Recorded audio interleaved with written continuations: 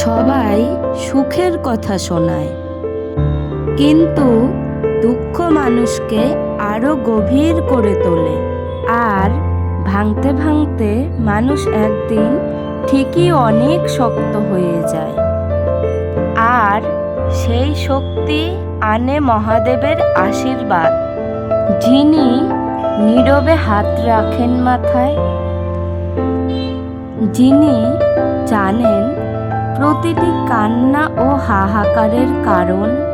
তাই যখন পথ বন্ধ, রাত যখন নিঝুম, যখন চোখে অশ্রু, মনে জাগে ভয়, সেই সময় শুধু মনে রাখবে, তার আশীর্বাদ থাকলে ভাঙা মনও আবার জাগে।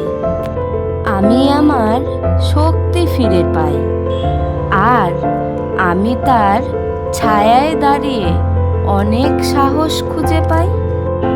আর তুমি যখন নিজেকে একা মনে করবে, তখন মনে রাখবে তোমার আশেপাশে কেউ থাক বা না থাক, মহাদেবের আশীর্বাদ সব সময় তোমার মাথার ওপর রয়েছে।